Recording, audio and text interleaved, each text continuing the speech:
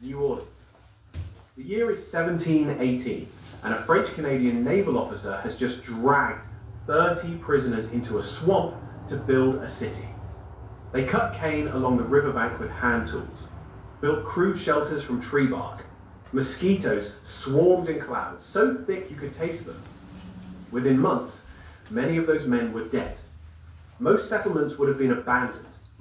But over the next 8 decades, the French, the Spanish, enslaved Africans, and the swamp itself would turn this impossible outpost into one of the most extraordinary cities in the Americas. I use modern AI tools to reconstruct colonial New Orleans at key moments in its history, all based on historical records, period maps, and surviving architecture. We're going to move through the streets, stop at specific buildings, and get a feel for what it was like to actually be there.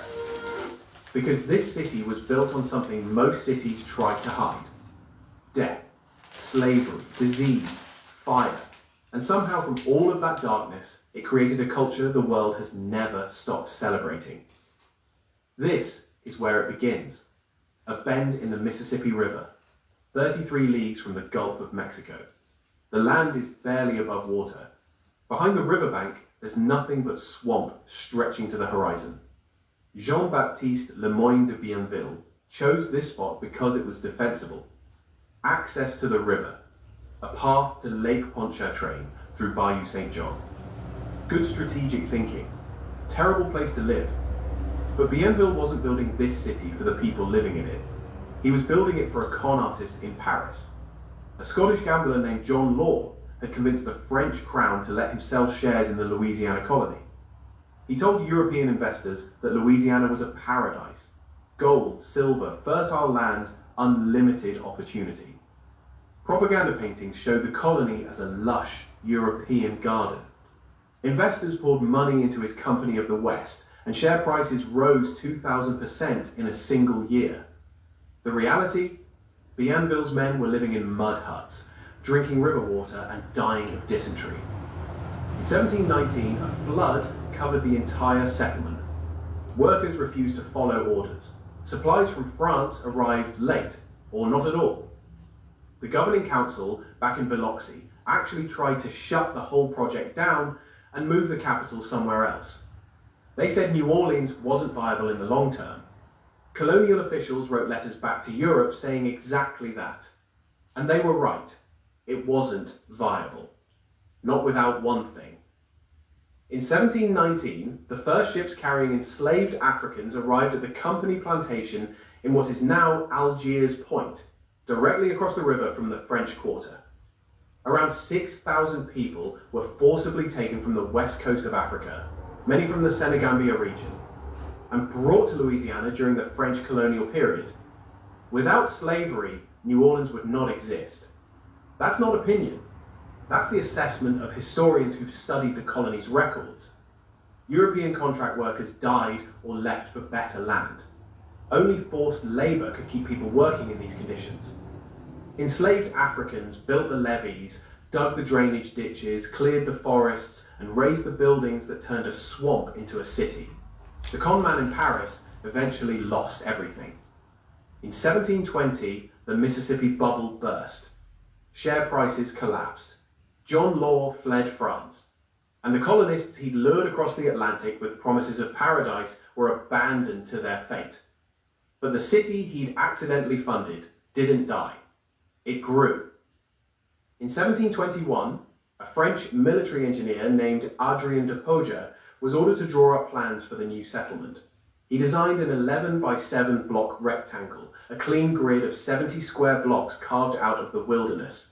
Straight streets, uniform lots, an orderly European design surrounded on all sides by swamp. He named the streets after French royalty and Catholic saints. Bourbon Street, named for France's ruling family, Chartres, Royal, Toulouse, names that still mark the same streets today, more than 300 years later. At the center of the grid, facing the river, Poja placed the Place d'Armes, the public square. A small church was built nearby, on the exact spot where the St. Louis Cathedral stands today. This was the anchor point around which everything else would grow. Then, in September 1722, a hurricane struck the city and blew most of the structures down. Every provisional building Bienville's men had thrown together was destroyed. But here's the thing, the hurricane actually helped. With the old buildings gone, Porger could finally enforce his grid. The streets were surveyed properly. New structures followed the plan. Out of destruction, the layout of one of America's most famous neighborhoods was born, and you can still walk it today. The French Quarter is Porger's grid, virtually unchanged for 3 centuries. 6 years after the city's founding, Louisiana officials adopted the Code Noir, the Black Code, a set of laws that would define the colony's relationship with slavery, religion, and race for the next 80 years. The Code Noir was contradictory in ways that revealed the colony's deepest tensions. It required slave owners to baptize their enslaved people as Catholics. It forbade working on Sundays and religious holidays. It mandated that enslaved people be properly fed and housed. On paper, it imposed limits on cruelty, but it also classified human beings as property. It authorized brutal punishments, and it made the entire economy dependent on forced labor. One provision would have consequences nobody could have predicted. The Code Noir established Sundays as a day of rest for enslaved Africans. No law granted them the right to gather. But with Sundays free, enslaved people began meeting in remote spots around the city, along the levees, in backyards, in clearings outside the settlement, and in one open space just beyond the city walls on the backside of Rampart Street. They started doing something that had never been seen anywhere else in North America. They started playing music. This is Congo Square. Today, it sits inside Louis Armstrong Park in the Treme neighborhood, the oldest African-American neighborhood in New Orleans. A historical marker stands at the edge of the square. Bronze statues of musicians line the park. It looks peaceful, almost ordinary. But what happened here for over a century was anything but ordinary. Every Sunday, enslaved and free people of African descent gathered in this open space to drum, dance, sing, and trade goods. Under French and then Spanish rule, the gatherings were tolerated. Enslaved people set up markets, sold food and handmade goods, and some even earned enough money to buy their own freedom through a Spanish legal process called coartación. Groups organized by ethnic heritage, Senegambian, Congo, Yoruba, each took their own area of the square. Musicians played bambula drums, instruments made from gourds and banzas, an ancestor of the banjo. They performed dances like the bambula, the kalinda, the Congo. Visitors described hearing the drums from blocks away. By 1819, the Sunday gatherings attracted up to 600 people. Enslaved Africans wore decorations of animal tails, fringes, ribbons, and bells that jingled as they danced. Women wore silk and muslin dresses. Men wore clothing inspired by styles from across the diaspora. Different tribal groups occupied different sections of the square, each with their own musicians and their own rhythms. Nothing like this existed anywhere else in the United States. In Protestant colonies, African language, music, and tradition had been systematically suppressed. But in Catholic Louisiana, under the Code Noir's provision for Sunday rest, African culture didn't just survive, it thrived. The rhythms that echoed through Congo Square are found at the core of what would eventually become ragtime, blues, and jazz, second-line parades, Mardi Gras Indian traditions, brass band funeral processions. All of it traces back to this single patch of ground. But there was a darker side too. Congo Square also hosted public executions, cockfights, and at times the sale of enslaved people. Beauty and brutality occupying the same ground on the same afternoon. That was colonial New Orleans. Today the Sunday drum circles continue. Every week musicians and dancers gather in the square to keep the tradition alive. You can walk in and hear the same rhythms that enslaved Africans played here 300 years ago. On Chartres Street, a few blocks from the cathedral, stands a building that has survived everything this city has thrown at it. Hurricanes, fires, floods, wars, 3 different colonial governments. The old Ursuline convent, completed in 1752, is the oldest surviving structure in the Mississippi River Valley and the last intact example of French colonial architecture in the United States. The Ursuline nuns arrived in New Orleans in 1727, just 9 years after the city was founded. They came to run a hospital and a school for girls, but they walked into something closer to a disaster zone. The colony was still barely functional. Disease was everywhere. The men outnumbered women dramatically, and the Company of the West had been sending shiploads of women from French poorhouses and prisons in a desperate attempt to stabilize the population. An earlier group of young French women had arrived with their possessions in small trunks called cassettes. They became known as the Casket Girls. Local legend says that when they arrived, their trunks were stored in the convent's upper floors, and that some of those trunks contained something other than clothing. Vampire legends still surround the building to this day. The shutters on the 3rd floor are said to be nailed shut. Whether you believe the stories or not, the building is considered one of the most haunted sites in the city. What's not legend is what the nuns accomplished. They ran the colony's first hospital. They educated girls of every race, including indigenous and African children, something almost unheard of in colonial America.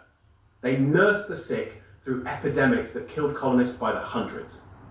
And when the Great Fire of 1788 swept through the city and destroyed almost everything, the nuns prayed to Our Lady of Prompt Succor. As the flames approached the convent, the wind shifted direction. The building survived. It's still there. You can walk inside for the price of a museum ticket and stand in the same rooms where those nuns lived through the colony's darkest years. At Yoplait, we always select the best strawberry.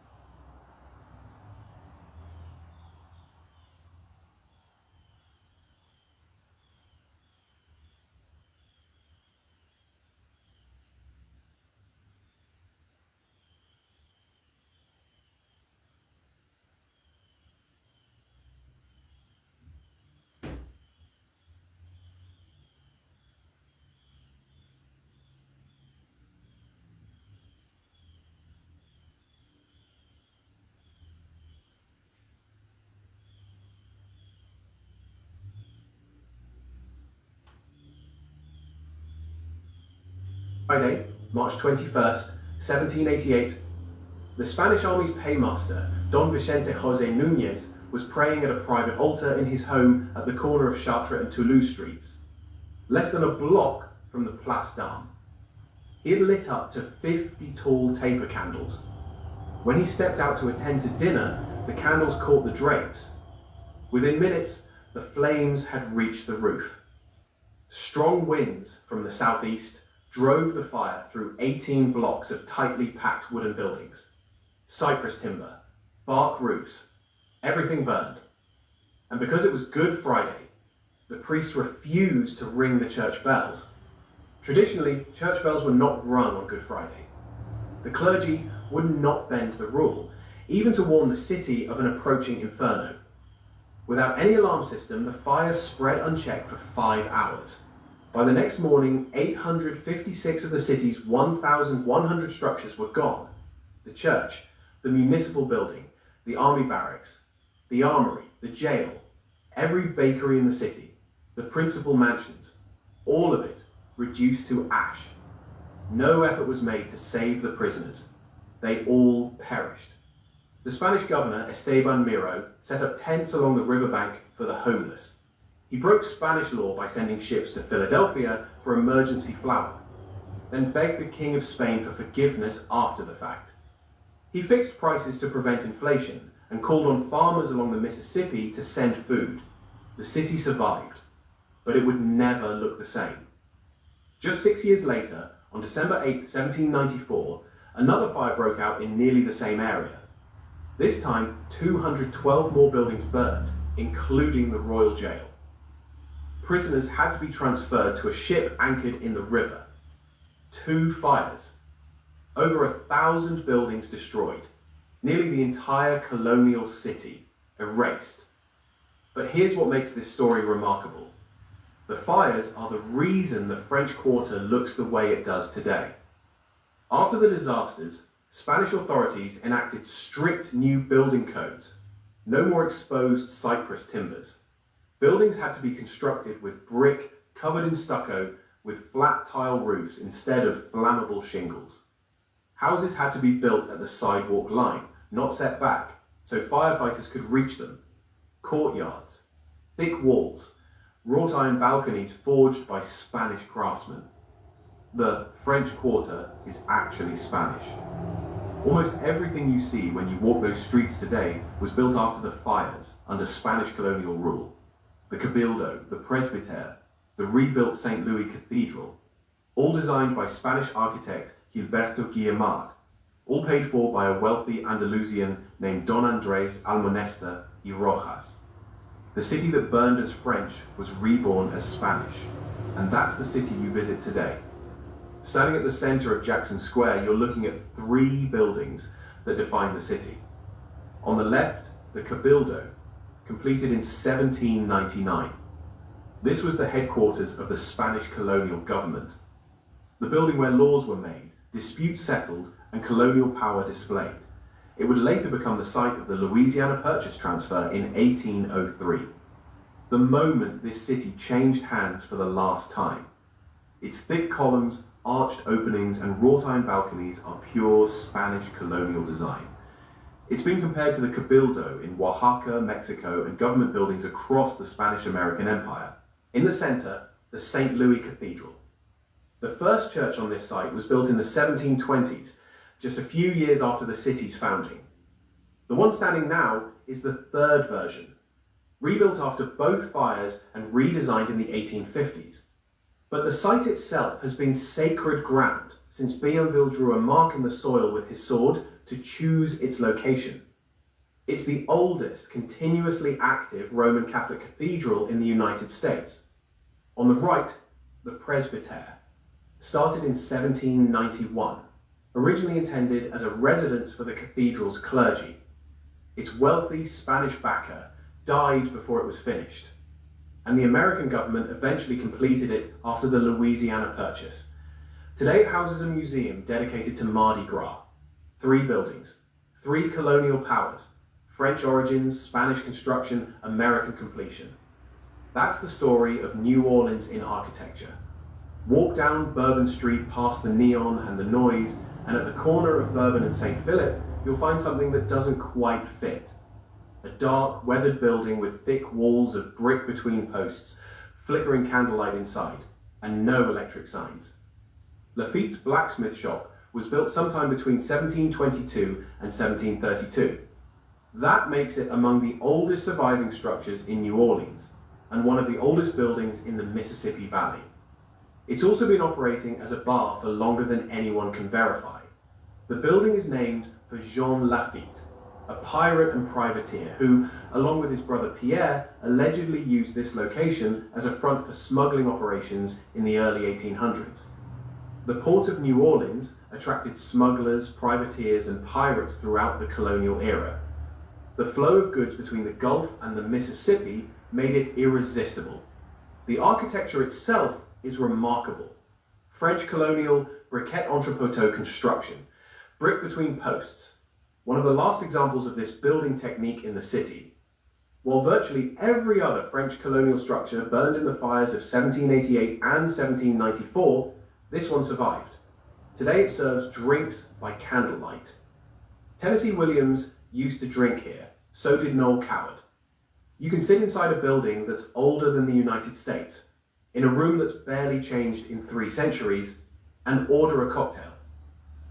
Voodoo came to New Orleans in the early 1700s, carried by enslaved Africans from the western coast of Africa. It was not what popular culture has made it. It was a serious spiritual system, rooted in West African religious traditions, connecting communities to their ancestors and to a world of spirits. In Louisiana, something unusual happened. Instead of being destroyed, as it was in most Protestant colonies, Voodoo merged with the dominant religion of the colony. Catholicism. The French and Spanish colonial authorities required enslaved people to be baptized as Catholics. But rather than replacing African spiritual traditions, Catholicism was absorbed into them. The voodoo deity Legba, who controls the gates to the spirit world, became identified with St. Peter, who holds the keys to the gates of heaven. Other spirits were matched to other saints. The result was a hybrid unlike anything else in the Americas. New Orleans voodoo. Voodoo ceremonies took place in the same spaces where the Code Noir allowed Sunday gatherings, in Congo Square, along the bayous, in private homes throughout the Treme and the French Quarter. The spiritual practices were inseparable from the music, the dance, and the community life that defined Black New Orleans. The most famous practitioner was Marie Laveau, the Voodoo Queen of New Orleans, a free woman of colour, a devout Catholic who attended Mass at St. Louis Cathedral, and one of the most powerful unofficial figures in the city's history. She adopted orphans, fed the hungry, visited prisoners, and nursed yellow fever victims. Her tomb in St. Louis Cemetery No. 1 is still one of the most visited sites in the city. Voodoo wasn't entertainment. It wasn't superstition. It was survival. A way for enslaved people to hold on to something that belonged to them in a world designed to strip everything away. You can't build underground tombs in a city that sits below the water table. Dig a grave in New Orleans and it fills with water. Early colonists learned this the hard way when coffins floated to the surface after heavy rains. The solution was above ground burial. Brick and stone tombs, stacked in rows, forming what locals call the cities of the dead. St. Louis Cemetery No.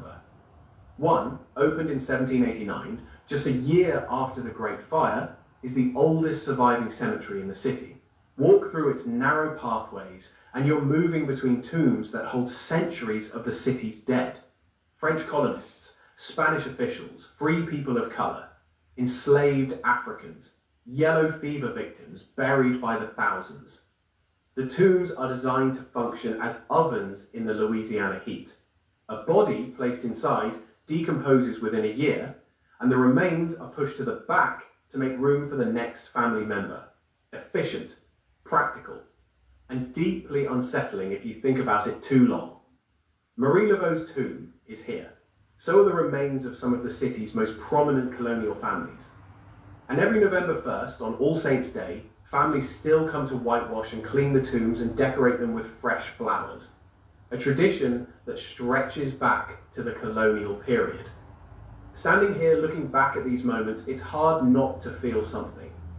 This city was founded as a scam, built by prisoners and enslaved Africans on land that floods, burns, and breeds disease.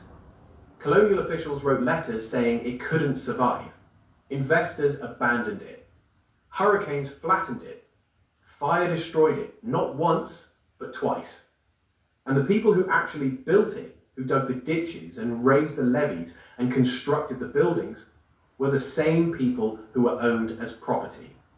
And yet, from the darkest conditions came the most extraordinary culture. The rhythms played by enslaved Africans in Congo Square became jazz. The fusion of African spirituality and Catholicism became voodoo. The Spanish buildings that rose from French ashes became one of the most beautiful neighborhoods in America. The food, the music, the language, the architecture, all of it born from collision.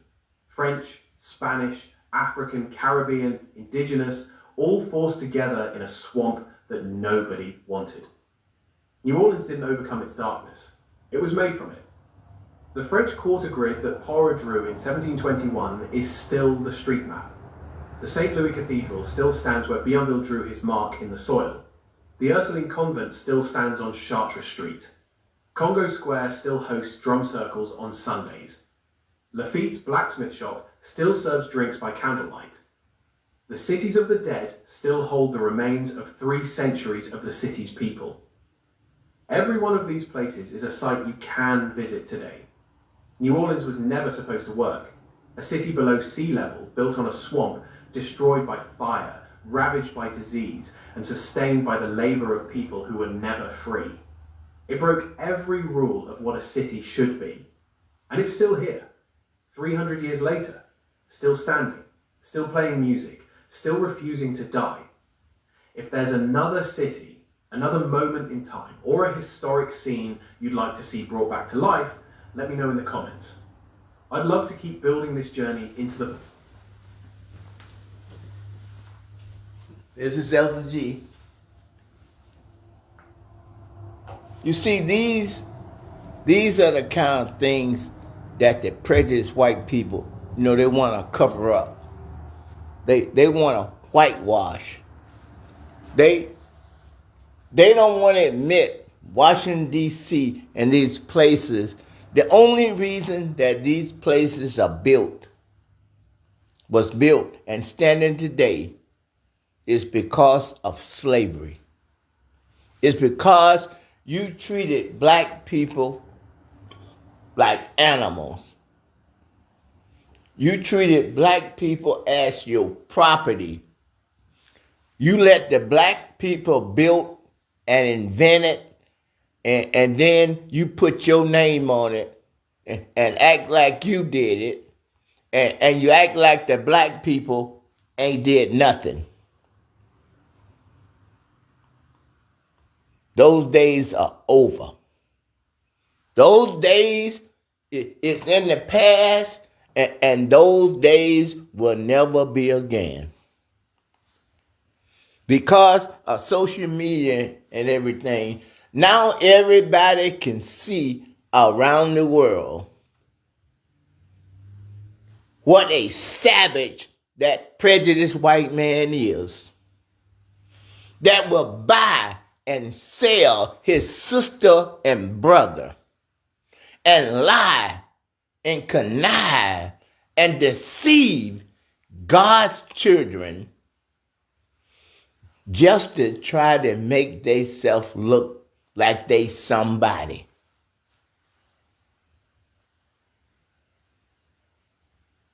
Those times are gone, and they are long gone.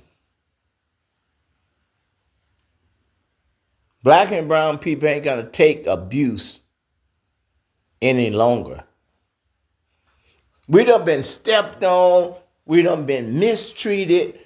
We done been bought and sold. You tried to annihilate us, but at the same time, God was elevating us.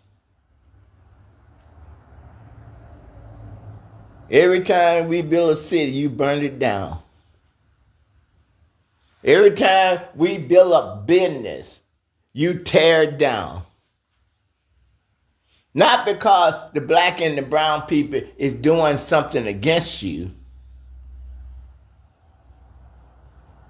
It's because of the hate that's in your heart and in your mind and in your soul. Your blood is going to run all the way up to the horse's brow down the street because of your evil. Because of your wickedness. All white people is not bad, and all black people ain't good. But anybody that would take their sister and their brother in Christ and buy and sell them and treat them like animals, if you do something like that, you're God's enemy. You Christ's enemy. And if you God's enemy and you Christ's enemy, that make you my enemy. Black and brown people ain't gonna tolerate being lied on when we are doing nothing against the Constitution of the United States of America. We are doing nothing against it. Matter of fact, we're going to protect the Constitution at all costs. We ain't gonna let no prejudiced white people or prejudiced blacks or Asian or nobody else deny us our freedom as human beings, as children of the Most High God. You gonna have to do just like you said. You gonna have to give the black and the brown people liberty, or you gonna have to give us death or your death. Black and brown people, we pledge our allegiance to the flag of the United States of America and to the republic for which it stands. One nation under God, indivisibly with liberty and justice for all.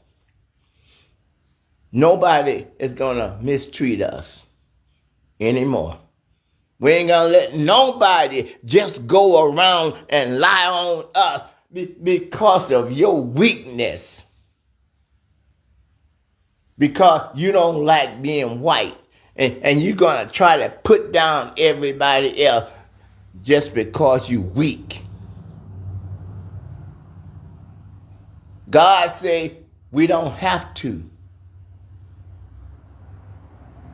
God has raised us up since the 1600s. Black and brown people is over 90% of the world's population. God has brought us to the pinnacle. We know that ain't nobody better than us. We know that God don't love no race over another race. No one have the ability to infringe on my freedom of speech. The freedom of the press is in the Constitution. No one can touch the freedom of the press. No one can touch the freedom to speak, or my freedom of religion, or my freedom to bear arms, the Second Amendment, or my freedom to assemble, or my freedom to petition the government. Anyone that tried to take away that from me while they enjoy that freedom are my enemy, and they're the enemy of God, and they're the enemy of Christ. And when that happens, the Constitution tells you that you can protect the Constitution with everything you got. I do mean everything that you got. Every tool in the toolbox. If someone trying to take away a freedom that they enjoy and they want to take it away from you, the Constitution and God said that you have the right and the power to put a stop to it. No man, woman, and child has got the right to try to take away a freedom from another man, no matter what race he is. Whether he male or female, whether he Jew or Gentile, whether he circumcised or uncircumcised. It makes no difference to God. You come after my freedom, I'm going to do everything in my power to stop you. I'm a man of God, but I'm not going to let nobody take away my freedom. I ain't going to let nobody think that they any better than me. And I hope that you think the same way. And I hope that you believe the same way. The Constitution is for everybody. Justice is blind. There is two things that we cannot have in America. And we can kill, we can go to war. The Constitution is for everybody. To defend the Constitution, We can go all the way to war. To protect the Constitution, we can form an army. And we can fight for freedom, for justice, for integrity, for righteousness. This is our time. Our own federal government is attacking us because we black and brown people. We love the Constitution. We pledge our allegiance to the flag of the United States of America. We ain't gonna let nobody look over us. We ain't gonna let nobody mistreat us. The Constitution said, and God said. Jesus tell you, how can you enter into a strong man's house and spoil his goods unless you first bind the strong man? God say you don't have to let no man bind you up. No man is greater than God's eyes than you. You come after my freedom. You come after my right. You come after justice. You come after freedom. You got every right to fight back. No one have the right to take away your freedom. I don't believe in violence. I don't. I believe in love. I believe in joy. I believe in peace. And I believe in long suffering. I believe in God. And I believe in Christ. And if you believe in Christ, the Bible said you can put on Christ. You can imitate Christ. Stand for freedom. Stand for justice. And God will allow you to use every tool in the toolbox. Every tool. Leviticus 20 tells you, Elder G, I'm speaking for myself. You speak for yourself. I'm speaking for myself. I'm speaking for what God have empowered me to speak. Elder G, Leviticus 20. First it says, Elder G, that you need to sanctify yourself.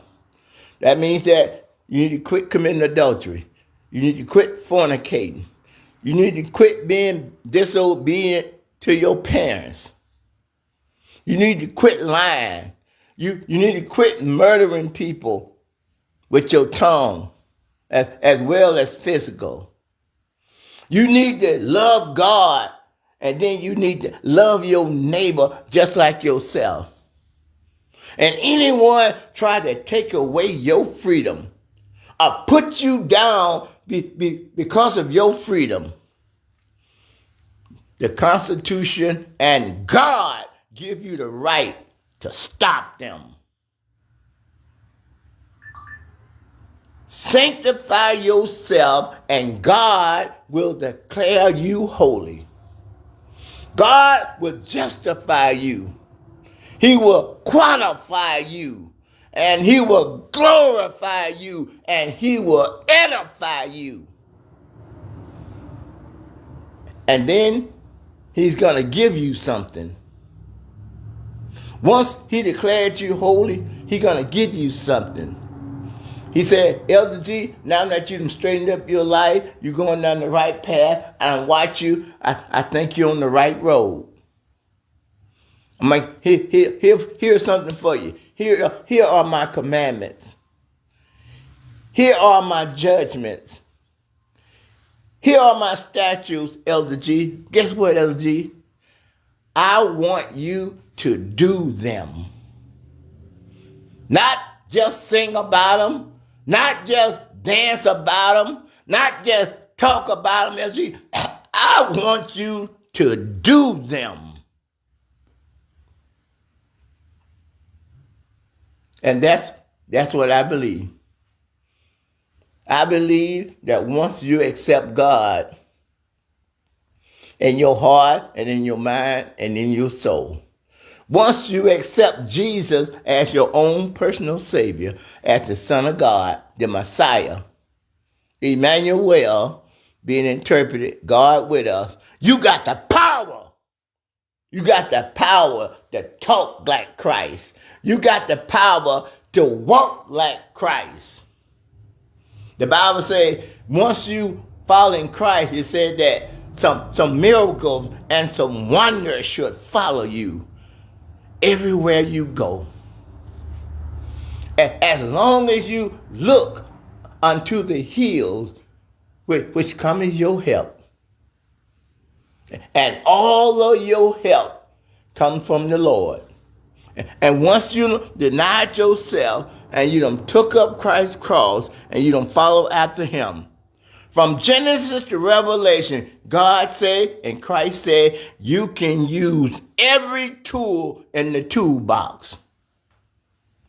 You don't have to surrender.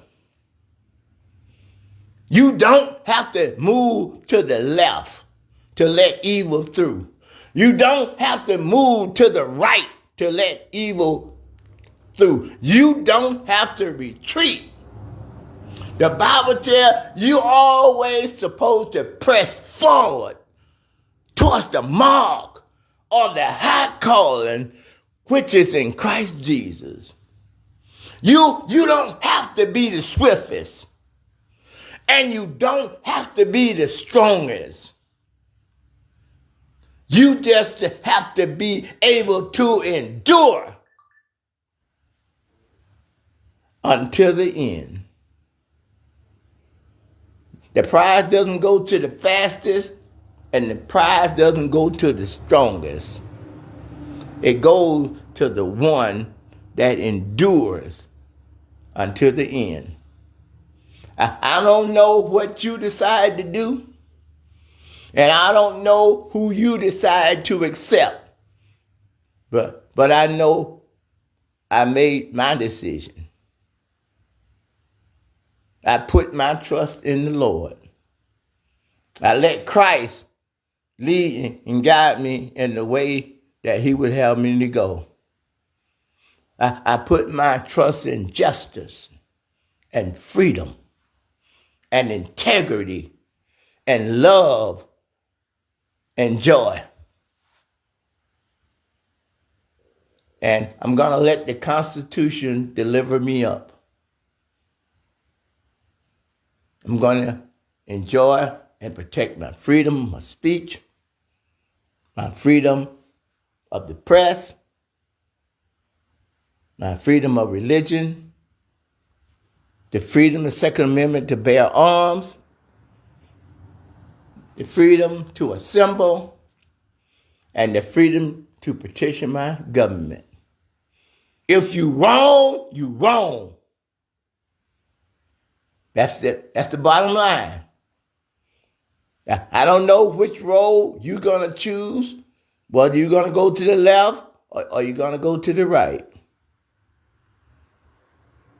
But as far as me, I'm going to serve the Lord. I can preach the gospel, but I can't draw you to Christ. Only God can draw you to Christ. And once God draw you to Christ, then the ministers and the deacons and the mother, we can preach the gospel to you, to every ear that will hear it.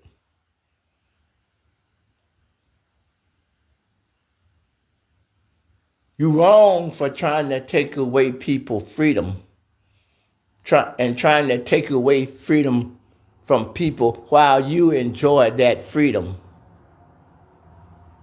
No one is going to stand back and let you take away their freedom like you did in the past. No one is going to let you hang them from trees or burn them at the cross or cut their private part off and put it in their mouth just because they looked at a white woman. That's never going to happen again. And why should there be so much bloodshed in the street just so you can be satisfied of your hate? because you so insecure, because you so weak.